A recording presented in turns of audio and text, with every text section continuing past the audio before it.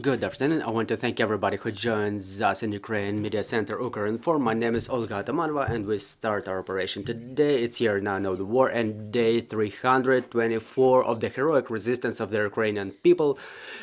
Our brief schedule of briefings for today is as follows. At 1400, joining us in this studio will be Natalia Sad, the spokeswoman of the Ukrinform state concern, and we will be talking about the production of the fragmentation mines manufacturing. At 1430, joining us online will be Halina Lokova, the military governor of Kherson city, and we will be talking about the situation in the Kherson region. And joining us right now online is Yevhen Korniychuk, ambassador extraordinary and plenipotentiary of Ukraine in Israel. Mr. Yevhen, good afternoon. Good afternoon. Mr. Yevhen, we know that recently the government of Israel had some changes in. So I would like to ask you how the relations between Ukraine and Israel would change after such changes. Well, really, after prolonged consultations, on the 1st of November, the elections took place to the Knesset of Israel, but after the consultations, the actual government took sworn the allegiance. The government consists of three political forces: Avada, headed by Benjamin Netanyahu, Likud,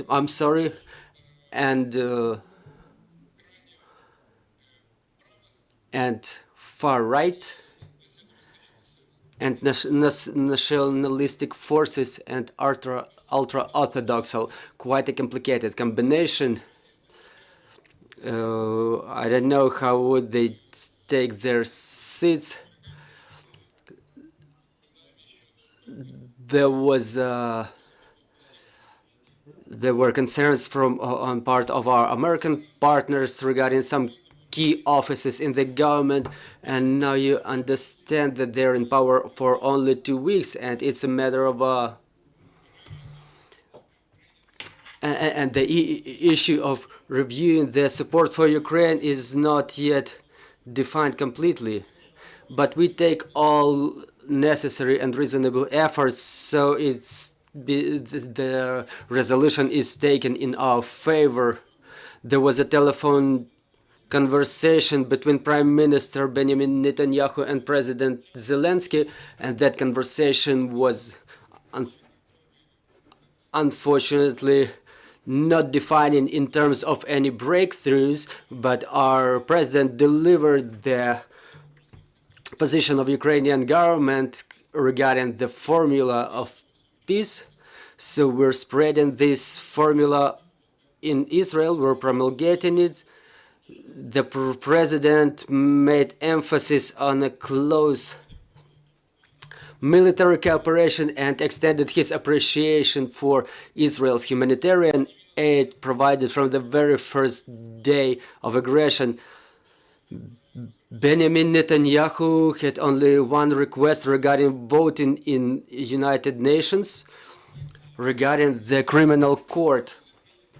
Israel did not join that convention, but it's been attempted to be brought to liability in that jurisdiction. As a result of that conversation, unfortunately, both parties remained to some extent unsatisfied, because no concrete statements were heard by the Ukrainian sides.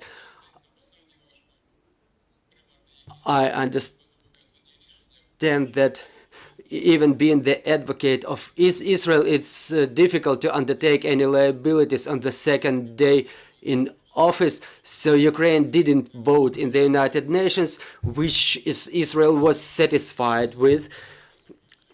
And the voting on the mentioned resolution was against interests of the state of Israel. So this is how the year started. The consultations are still in progress with our American colleagues. I've just back from the meeting with the American ambassador, with the ministers of the new Israel government, and I'm sure we will have certain success in this area. Unfortunately, I cannot disclose all the details, but there are certain movements, and I think that those movements will have tectonic nature, because we keep emphasizing, we keep reiterating that the humanitarian aid is very important, but we cannot win war with humanitarian aid. We need more active military cooperation. We emphasized that after Iran joined the war, practically providing Russia with their drones, old Middle Eastern saying was reconfirmed just once again, that enemy of the enemy is the friend. And this is something that should push Israel to closer cooperation with Ukraine, and I'm convinced that this is something that is about to happen. Mr. Yevhen, I cannot help but asking, this cooperation between Russia and Iran, did it change the moods in the Middle East? And I'm not only talking about the government and the decision makers in the Israel, but generally in the society. Did the mood change in the society? Look, I don't have problems with the moods of the society from the very first day of the war, because we made our own research as the embassy. There are official studies made by the local analytics. 85+% of the citizens of Israel support Ukraine in this war. We're talking about the government here. And I am not ambassador in front of the society. I'm the ambassador in front of the government, and I need them to do more. And to have them do more, we need some strategic decisions. We need some strategic resolutions. Israel was very loath to share their know-hows, their technologies. For example, when I meet the military, they say, like, look, we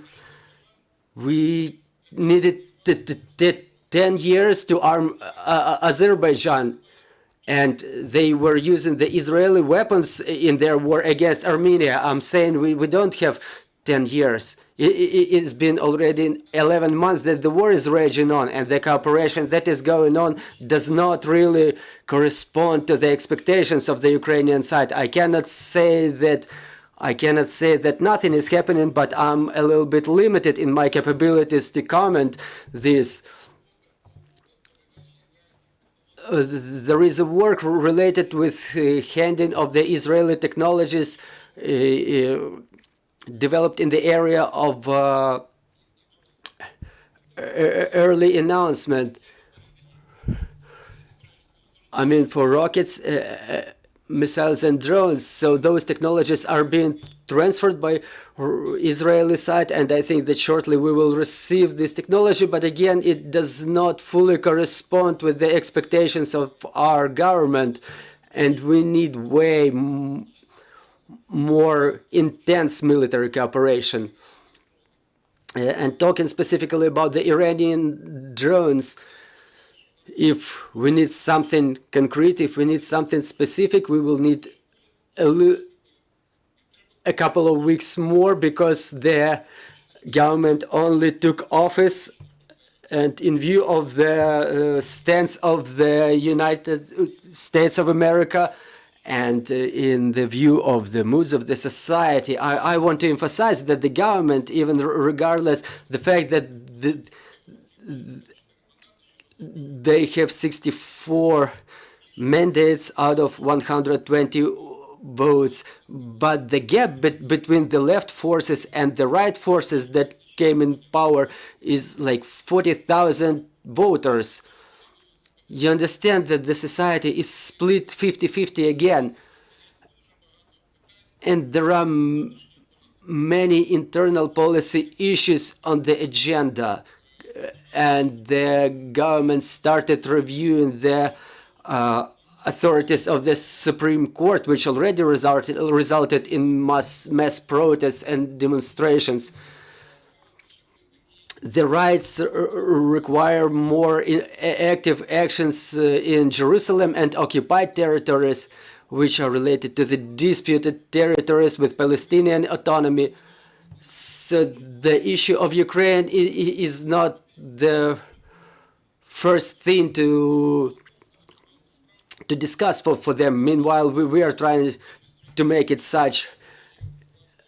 And the Ministry of Foreign Affairs of Israel declared that war in Ukraine is among top 3 in their priorities. And the minister already expressed his stance on the intensification of support to Ukraine, and we appreciate any help, any aid, including humanitarian aid. But first of all, we want to reiterate that we are interested in the systems which could defend our civil population. If it's not offensive weapons, so at least defensive weapons which would allow protect the lives of our women and children. And Israel can do it. We need, again, we're interested in more intense and more efficient cooperation in this specific area. So, Mr. Yevhen, just to get deeper into the details, as of today, we don't have any agreements that we may expect to be implemented. So this matter is in the area of discussions still. No, it's not quite right. I voiced something that is being discussed in public space, the system of early announcement, but there are many projects that I am not in a liberty to comment publicly. Our specialists work jointly with Israeli specialists in this, so we cannot say that nothing is happening. But what I'm trying to say is that there is a lot more that can be done. And Israel's stance is not to discuss publicly the defense matters, and our management is ready to accept such stance, but because we're interested in the result, not in the talks. So we're just talking about expansion of such cooperation, and I hope that we will soon be able to expand this cooperation, maybe not in public space, but in the practical plan. Yes, we're interested in the final result, not the interim. We have questions in the studio. Nadia Yurshenko, Ukrinform. I have 2 questions. I know that the new Minister of Foreign Affairs of Ukraine, of Israel, already had conversation with Sergei Lavrov. Do we have any plans about such conversation with Minister Kuleba? And secondly, it was said in the mass media that Israel already discussed this issue with the United States, how to prevent the supply of Iranian drones to Russia. Do you have any understanding of Israel's vision of how to prevent these supplies? Look, the phone conversation with Minister Kuleba, with newly appointed Minister Cohen, it was about to happen tomorrow, but it did not happen due to technical issues. You know that yesterday we had a meeting of Security Council, the Strategic Cabinet, and sometimes during the war we cannot fulfill the plans just as it was contemplated previously. And another question regarding the agreements between Israel and the United States. You know, our specialists who work in intelligence, our security services, they cooperate from the very first day of war, and it's being done in bilateral and trilateral mode. So the issue of supplies of the drones is being worked through on all possible levels, and Israel obviously has their own interest, which is directly related to the fact that those drones can be used against Israel. So they study our experience, and the work in this area is in progress. I hope I replied your question. Thank you, sir. We appreciate that you found time to join our broadcast. I'm reminding you, joining us was Yevhen Korniychuk, the Ambassador Extraordinary and Plenipotentiary of Ukraine to Israel, and our next briefing is at 1400. Joining us will be Natalia Sa, the spokeswoman of the Ukrinform state concern. So bear with us, trust in our armed forces, and glory to Ukraine.